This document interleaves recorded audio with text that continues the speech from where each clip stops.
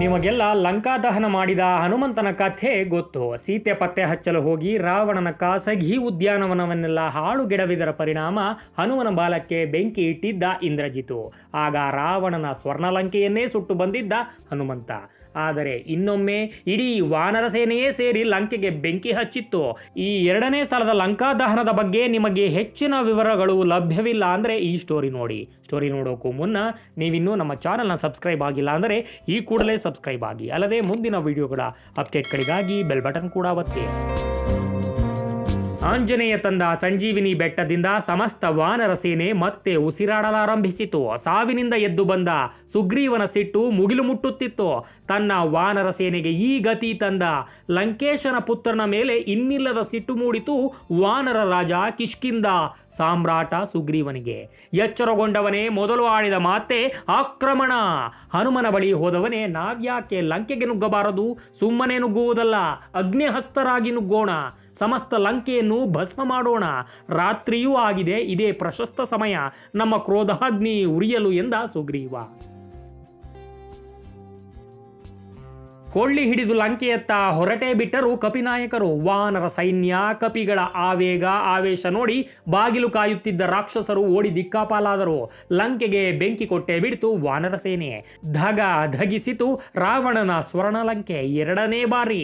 ಅಂದು ಏಕಾಂಗಿ ಹನುಮ, ಇಂದು ಇಡೀ ವಾನರ ಸೈನ್ಯ. ದೊಡ್ಡ ಮನೆಗಳು, ಮಂತ್ರಿ ನಾಯಕರ ಮನೆಗಳೆಲ್ಲವೂ ಉರಿಯಲಾರಂಭಿಸಿದವು. ಕಂಡಿದ್ದೆಲ್ಲ ಬೆಂಕಿಗಾಹುತಿ. ರಾಕ್ಷಸರ ಸೈನ್ಯದ ಯುದ್ಧ ಸಾಮಗ್ರಿಗಳು ಕೂಡ ಸುಟ್ಟು ಹೋದವು. ಎಷ್ಟೋ ಮಂದಿ ರಾಕ್ಷಸರು ಕೂಡ ಬೆಂಕಿಗಾಹುತಿಯಾದರು. ಅದೇ ಸಮಯಕ್ಕೆ ಸರಿಯಾಗಿ ರಾಮ ಲಕ್ಷ್ಮಣರು ಧನಸ್ಸುಗಳನ್ನು ಕೂಡ ಟೇಂಕರಿಸಿದರು. ರಾಕ್ಷಸರು ವಾನರರು ಇಬ್ಬರ ಕೂಗಾಟದ ನಡುವೆಯೂ ರಾಮ ಲಕ್ಷ್ಮಣರ ಧನಸ್ಸುಗಳ ಶಬ್ದವೇ ದೊಡ್ಡದಾಗಿ ಕೇಳಿತು. ರಾಮನೇಕೆ ಈ ಶಬ್ದ ಮಾಡಿದನೆಂದರೆ ಯುದ್ಧಕ್ಕೆ ಆಹ್ವಾನವದು. ನಮ್ಮ ತಾಕತ್ತು ಮುಗಿದಿಲ್ಲ, ನಿಶ್ಚಿಂತನಾಗಬೇಡ ಲಂಕೇಶ, ಬಾ ಸೆಣಸು, ನಾವು ಸಿದ್ಧ, ಹೀಗೆಂದು ಸಂದೇಶ ಕೊಡಲು ಧನಸ್ಸು ಟೇಂಕರಿಸಿದ್ದ ರಾಮ. ಬರೀ ಶಬ್ದವಷ್ಟೇ ಅಲ್ಲ, ಶಬ್ದವೇಧಿ ಬಾಣದಷ್ಟೇ ಕರಾರುವಕ್ಕಾಗಿ ಲಂಕೆಯ ಪ್ರಧಾನ ಗೋಪುರವನ್ನೇ ಒಡೆದು ಕೆಡವಿದ ತನ್ನ ಬಾಣಗಳಿಂದ. ರಾವಣನ ಉಪ್ಪರಿಗೆಯ ಮೇಲೆ ರಾಮನ ಬಾಣಗಳು. ಒಂದರ್ಥದಲ್ಲಿ ರಾವಣನ ಸ್ವಾಭಿಮಾನಕ್ಕೆ ಕೊಟ್ಟ ಪೆಟ್ಟದು. ಯಾಕೆಂದರೆ ರಾಮ ಬಿಟ್ಟ ಪ್ರತಿ ಬಾಣದ ಮೇಲೂ ರಾಮನಾಮವಿದೆ. ರಾಮನಾಮಾಂಕಿತ ಬಾಣಗಳ ದರ್ಶನವಾಯಿತು ಲಂಕೆಯ ರಾಕ್ಷಸರಿಗೆ. ವಾನರ ಸೇನೆಯ ಕಥೆ ಮುಗಿಯಿತು. ರಾಮಲಕ್ಷ್ಮಣರ ಕಥೆ ಮುಗಿಯಿತು ಎಂದುಕೊಂಡಿದ್ದ ಲಂಕೆಯ ಅಸುರ ಸೇನೆ ಎಚ್ಚೆತ್ತುಕೊಳ್ತು. ಯುದ್ಧಕ್ಕೆ ಸಜ್ಜಾಯಿತು. ರಾಮನ ಬಾಣಗಳ ಶಬ್ದಕ್ಕೆ ಲಂಕೇಶ ರಾವಣನು ಕ್ರೋಧಗೊಂಡ. ಕುಂಭರು ಗುಡುಗುತ್ತಾ ಹೊರಟರು ರಾಮನಿದ್ದೆಡೆಗೆ. ಲಂಕೆಯ ಬೆಂಕಿಯ ಬೆಳಕಿನಲ್ಲೇ ಯುದ್ಧ ಶುರುವಾಯಿತು.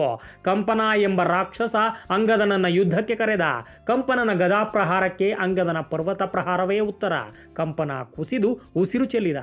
ಬಳಿಕ ಶೋಣಿತಾಕ್ಷ, ವಿರೂಪಾಕ್ಷ ಮತ್ತು ಪ್ರಜಂಗ, ಈ ಮೂವರೂ ರಾಕ್ಷಸರಿಗೂ ಅಂಗದ ಹಾಗೂ ಮೈಂದ ದ್ವಿವಿಧರು ಮುಕ್ತಿ ಕೊಟ್ಟರು.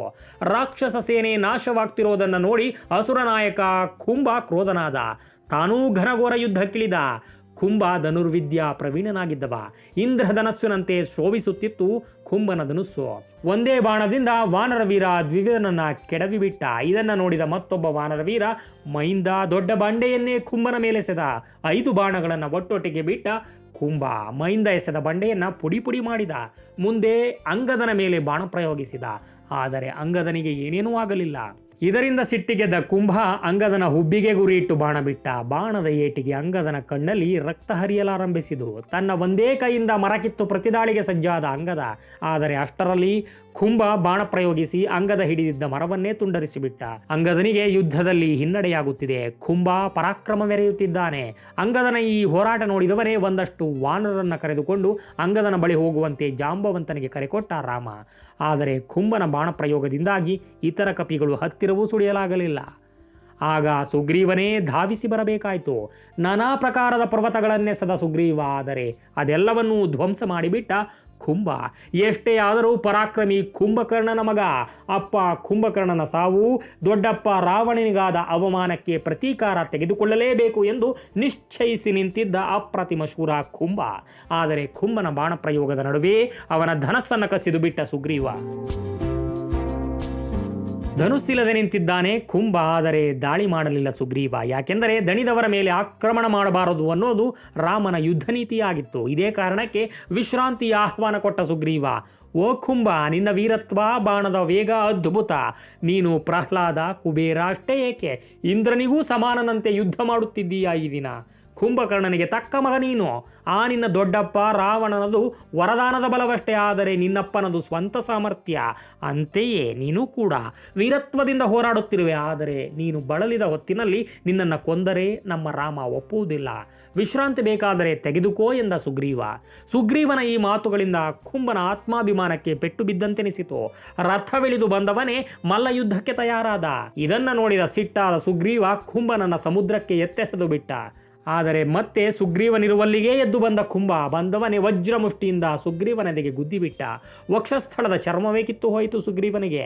ರಕ್ತ ಸುರಿಯಿತು. ಮೂಳೆಗೆ ಪೆಟ್ಟು ಬಿದ್ದರೂ ಸುಗ್ರೀವ ಮಾತ್ರ ವಿಚಲಿತನಾಗಲಿಲ್ಲ. ಸುಗ್ರೀವನೂ ಮುಷ್ಟಿ ಕಟ್ಟಿದ. ಕುಂಭ ಅವನಿಗೆಲ್ಲಿ ಹೊಡೆದಿದ್ದನು ಅಲ್ಲಿಗೆ, ಅಂದರೆ ಕುಂಭನ ಎದೆಗೆ ಮುಷ್ಟಿಯೇಟು ಕೊಟ್ಟ.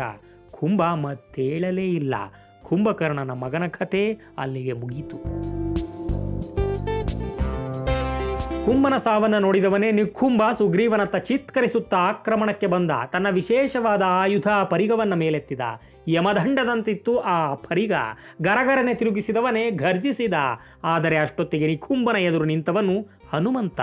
ಅದೇ ವೇಗದಲ್ಲಿ ಎಲ್ಲ ಶಕ್ತಿಯನ್ನ ಬಳಸಿ ಹನುಮನ ವಕ್ಷಸ್ಥಳಕ್ಕೆ ಹೊಡೆದ ನಿಕುಂಭ. ಆದರೆ ಹನುಮನ ಮುಂದೆ ಯಾವ ಆಯುಧಕ್ಕೇನು ಕೆಲಸ. ಪರಿಘಾಯುಧವೇ ಪುಡಿ ಪುಡಿಯಾಯಿತು. ಪ್ರತಿಯಾಗಿ ಮುಷ್ಟಿಕಟ್ಟಿ ನಿಕುಂಭನೆದೆಗೆ ಗುದ್ದಿದ. ನೋಡಿ ಹನುಮ, ರಕ್ತ ಚಿಮ್ಮಿತು. ಆದರೆ ಹನುಮನ ಪ್ರಹಾರಕ್ಕೂ ಮೀರಿ ಹನುಮನನ್ನೇ ಮೇಲೆತ್ತುಕೊಂಡು ಬಿಟ್ಟ ನಿಕುಂಭ. ಮಹಾಬಲಿ ಆಂಜನೇಯನನ್ನೇ ಮೇಲೆತ್ತಿದ್ದಾನೆ ಎಂದರೆ ಇನ್ನು ನಿಕುಂಭನೆಂತ ಬಲಶಾಲಿ ಇರಬೇಕು ಊಹಿಸಿ. ಕಪಿಗಳು ಸ್ತಬ್ಧರಾದರು. ರಾಕ್ಷಸರು ಜಯಘೋಷ ಹಾಕಿದರು.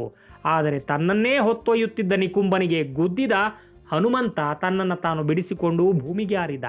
ಮತ್ತೆ ಕೋಪದಿಂದ ಆಕಾಶಕ್ಕೆ ಹಾರಿ ನಿಕುಂಭನನ್ನು ಕೆಳಗೆ ಬೀಳಿಸಿ ಬರಿಗೈಯಿಂದಲೇ ನಿಕುಂಭನ ತಲೆಯನ್ನು ಕಿತ್ತು ಬಿಟ್ಟ. ಅಲ್ಲಿಗೆ ನಿಕುಂಭನ ಕತೆ ಮುಗಿಯಿತು. ರಾವಣ ಕಳುಹಿಸಿಕೊಟ್ಟ ಮುಂದಿನ ರಾಕ್ಷಸ ಮಕರಾಕ್ಷ. ಖರನ ಮಗನಾದ ಮಕರಾಕ್ಷ ತನ್ನ ತಂದೆಯ ಸಾವಿಗೆ ರಾಮನ ಕೊಂದು ಪ್ರತೀಕಾರ ತೀರಿಸಿಕೊಳ್ಳಬೇಕೆಂದು ಬಂದಿದ್ದ.